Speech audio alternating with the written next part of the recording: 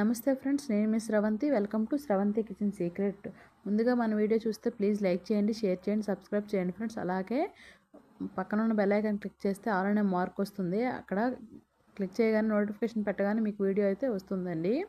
ఈరోజు నాటుకోడి చికెన్ అయితే ఎలా చేసుకోవాలో చూద్దామండి. ముందుగా అయితే నేను ఒక 2 ఉల్లిపాయలు కట్ చేసుకొని తీసుకున్నాను, 2 టమోటా, అలాగే వెల్లుల్లిపాయి, అల్లము, జీలకర్ర తీసుకొని మిక్సీ జార్లో వేసేసి పైన పేస్ట్ చేసేసానండి. చేసేసి పక్కన పెట్టేసుకున్నాను. ఇప్పుడైతే ఒక వెడల్పి బాండి తీసుకున్నాను. అందులో అయితే ఒక 6 స్పూన్ ఆయిల్ అయితే వేసుకోవాలండి. ఈ చికెన్ కర్రీకి, నాన్ వెజ్ కర్రీస్కి అయితే ఆయిల్ ఎక్కువగా వేస్తేనే బాగుంటుందండి. ఆయిల్ లేకపోతే కొంచెంగా బాగోదు. ఇప్పుడైతే నేను 1 కేజీ చికెన్ తీసుకున్నాను. నాటుకోడి చికెన్ని తీసుకొని మంచిగా వాష్ చేసుకొని అయితే పక్కన పెట్టేసుకున్నాను.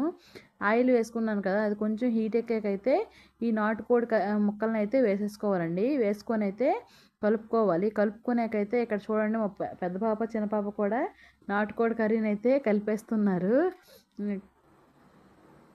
ఇలా కలుపుకొనేకైతే అందులో చిటికెడు పసుపు, టేస్ట్ తగ్గట్టు సాల్ట్ కూడా వేసేసుకొని మూత పెట్టేసి అయితే అందులో వాటరు వస్తుంది కదా, చికెన్లో వాటర్ అబ్జర్వ్ అయిపోయినంత వరకు మగ్గించుకొని మీడియం ఫ్లేమ్లో పెట్టి మగ్గించుకోవాలండి. మగ్గించుకునేకైతే మూత పెట్టి ఒక 10 నిమిషాలు మగ్గించుకుందాము.